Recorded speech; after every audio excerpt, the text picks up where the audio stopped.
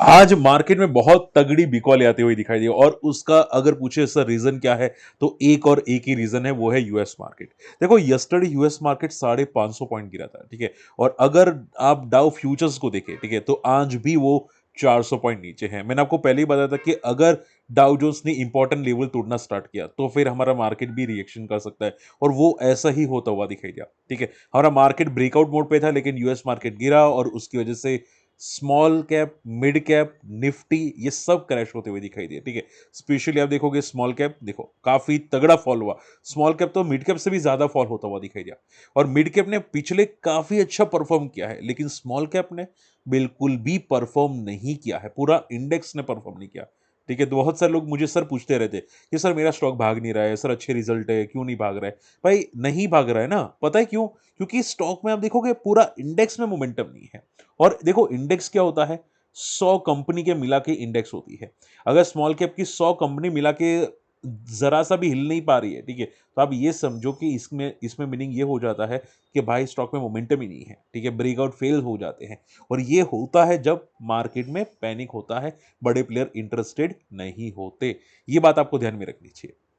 Okay, तो देखो अगर जो भी ट्रेड करो ना तो क्वांटिटी कम रखो। शॉर्ट टर्म का व्यू है तो ऐसा लेके ट्राई करो, वरना फंस सकते हैं, ठीक है, ट्रैपिंग हो सकती है।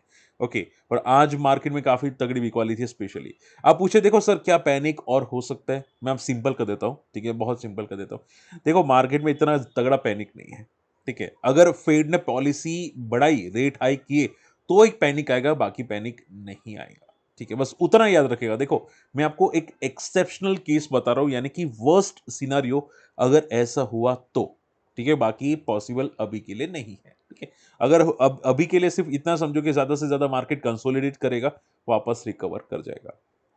बात समझ में आ रही है? ठीक है, तो ये बात ध्यान में रखिएगा। चलिए, अब पूछे सर डाउ फ्यूचर्स क्यों फॉलो हो रहे हैं, डाउ क्यों फॉलो कर रहा है? सिंपल बात है, माना जा रहा है कि जो फेड है वो रेट कट नहीं करने वाला है दिसंबर के अंदर, जिसकी वजह से बहुत सारी आईटी कंपनीज, टेक कंपनीज सब फॉल करते हुए तगड़े दिखाई दिए हैं, ठीक है। और वैसे भी आप देखोगे यूएस मार्केट काफी तक टॉप पे चल रहा था, वर्टिकल चल रहा था, ठीक है।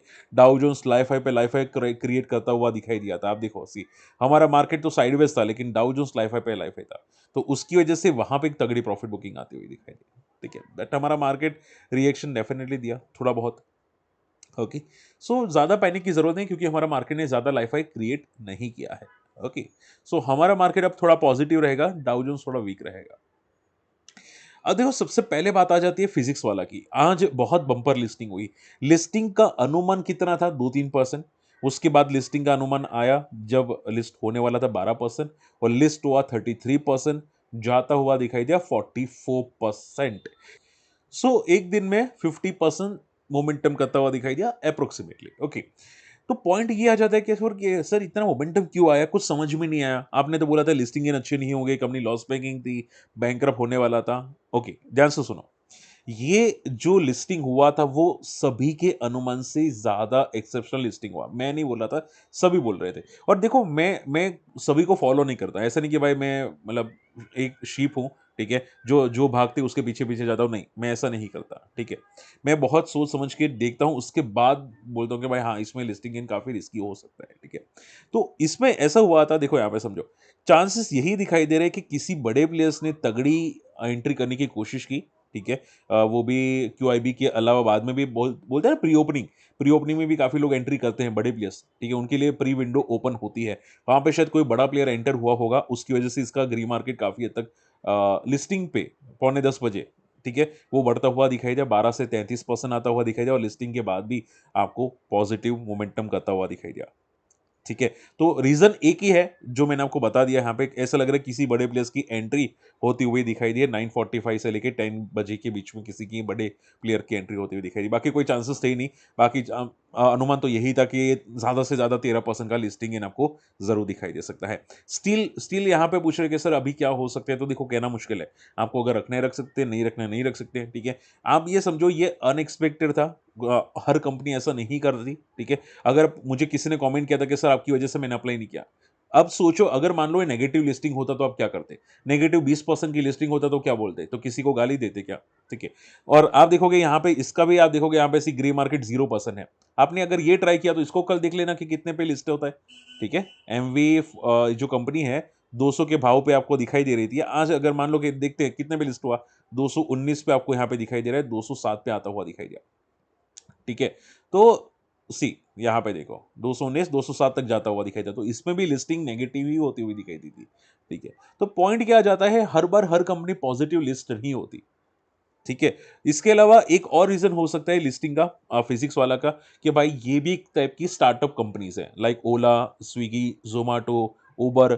ठीक है, अर्बन कंपनी, ये सभी कंपनी क्या कर रही थी, लिस्टिंग पे अच्छा लिस्टिंग दे रही थी या लिस्टिंग के बाद अच्छा भाग रही थी और उसके बाद क्रैश होती है। तो सेम फिजिक्स वाला भी है, एक टाइप की स्टार्टअप कंपनी से, आप भी जानते हैं मैं भी जानता हूँ, यूट्यूबर है ये बंदा। ठीक है, और उसके बाद काफी अच्छी लिस्टिंग इन दिए।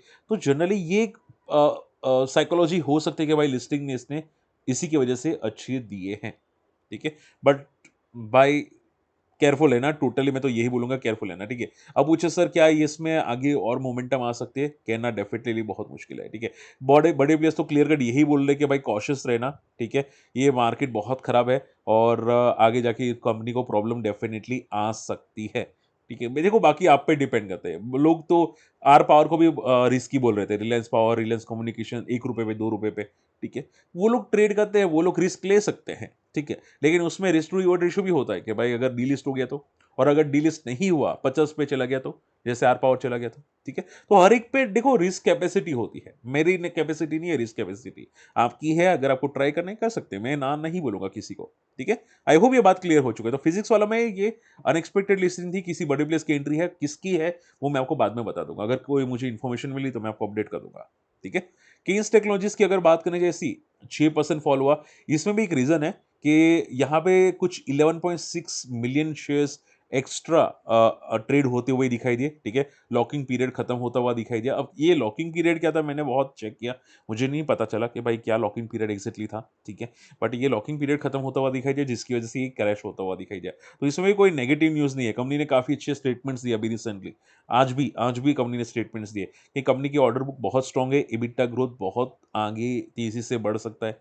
तो आप इसको टेम्पररी फॉल समझो, हो सकते हैं वापस ये रिकवर करने की कोशिश करे, बट कब करेगा कहना मुश्किल है, क्योंकि आप देखोगे मिड कैप स्मॉल कैप अभी भी नेगेटिव है। ठीक है, वीक थोड़े बहुत दिखाई दे रहे हैं, स्पेशली स्मॉल कैप में तो कोई मोमेंटम भी नहीं है, आप देखो यहाँ पे। ठीक है, जैसे मिड कैप में थी वैसे ही तो स्मॉल कैप में भी नहीं है। ओके, सो केयरफुल है अभी के लिए, मार्केट थोड़ा वॉलेटाइल है। ओके, ग्रो, सबसे इंपॉर्टेंट बात, ग्रो सर, ग्रो में क्या हो सकता है मुझे समझ में नहीं आ रहा। देखो, ग्रो पहले भी हम लोगों ने डिस्कस किया था, 20% भागा था, आज भी गैप अप ओपन हुआ डेफिनेटली। ठीक है, मैंने आपको भी ये बताने की कोशिश की थी कि भाई 150 पे ब्रेकआउट जैसा है, 190 को टेस्ट किया और आज I think near by D high पे क्लोजिंग दी। ठीक है, अब देखो 150 जैसा रेजिस्टेंस था, वैसा 200 का भी रेजिस्टेंस है। 200 यानी कि 198, 199, 200 एक रेजिस्टेंस आप बोल सकते हैं। ठीक है, सो अभी के लिए केयरफुल है ना, क्योंकि देखो 50-50 पॉइंट का रेजिस्टेंस इसमें क्रिएट हो रहा है। फिर ऐसा ना हो कि भाई आप 200 पे एंट्री करें और फिर वापस 150 पे आ जाए और ट्रैप हो जाए। ठीक है, तो जब ब्रेकआउट होगा वापस मैं अपडेट कर दूंगा, लेकिन अभी के लिए थोड़ा कॉशियस रहना, क्योंकि काफी हद तक भाग चुका है और इसके रिजल्ट्स 21 तारीख को आने वाले हैं। तो ऐसा भी हो सकता है कि थोड़ी बहुत प्रॉफिट बुकिंग हो सकती है रिजल्ट से पहले।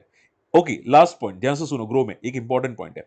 मैंने ये भी देखा है कि यहाँ पे बहुत बड़ी अपडेट आई थी न्यूज की ग्रो में, कि जब ये 20% की सर्किट मारी थी यस्टरडे, ठीक है, तो काफी लोगों ने टॉप पे शॉर्ट किया था ग्रो को। ठीक है, और उसकी वजह से शॉर्ट सेलिंग ट्रैपिंग हुई है बहुत सारे लोगों की। ठीक है, बोलते हैं ना स्टॉक ऑक्शंस में जाते हैं। ठीक है, वैसे स्टॉक ऑक्शंस में गए हैं।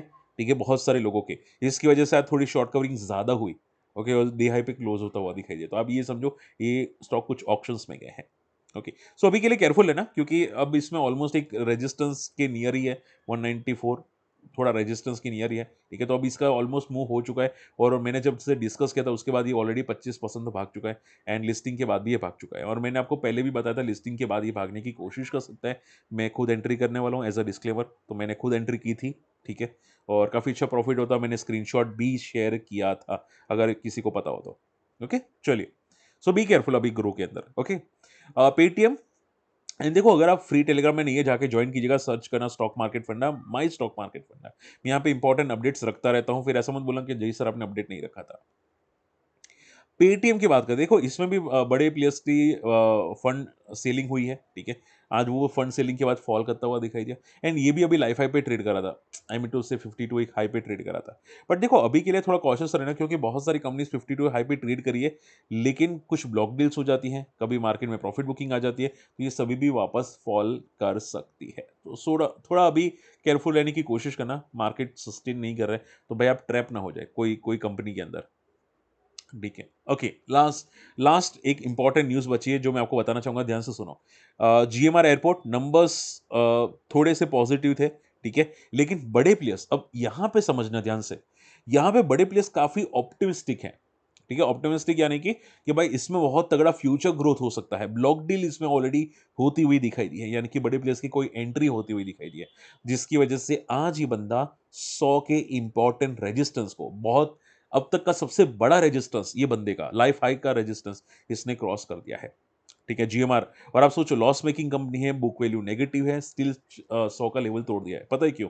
ये कंपनी अदानी एंटरप्राइज जैसा काम करती है एयरपोर्ट्स पे, ठीक है? और इसका ग्रोथ देखो, सेल्स ग्रोथ देखो, 1500 करोड़ से लेके 3600 करोड़ का यहाँ पे रेवेन्यू जनरेट होता हुआ दिखाई दिया, ठीक है? और कंपनी आप देखोगे यहाँ पे अभी ऑलमोस्ट प्रॉफिटेबल होती हुई दिखाई दी है, based on the profit before taxes, ठीक है? सो इसकी वजह से कंपनी 100 के ऊपर क्रॉस कर चुका है। अब देखो, आप, मैं रिकमेंडेशन वापस नहीं करूंगा, आपको करना ही नहीं करना, आप पे डिपेंड करता है, ठीक है? लेकिन अब इसका 100 का लेवल जो टूटा वो बहुत स्ट्रांग है, ठीक है? अगर आप ये समझो, मैं सेफ्टी के लिए 98 पकड़ के चलता हूँ, 98 लेवल, अगर ये 98 के ऊपर सस्टेन करता है ना, ठीक है, जो चांसेस है करेगा, तो फिर आप ये समझो यहाँ से इजीली 120 125 भी टेस्ट करने की कोशिश कर सकता है, ठीक है? अब ये कल करेगा, 1 महीने में करेगा, 2 महीने में, आई डोंट नो, ठीक है? बट जब तक ये 98 के ऊपर अब है ना, तब तक ये बंदा, चांसेस बहुत स्ट्रांग है कि भाई ये पॉजिटिव ट्रेंड कर सकता है, ठीक है? आई होप ये बात समझ चुके हैं। सो इसको भी डेफिनेटली रडार पे रखिएगा। मार्केट में आज काफ़ी अच्छी मोमेंटम थी फॉलिंग साइड पे, लेकिन कुछ कंपनीज पॉजिटिव भी थी।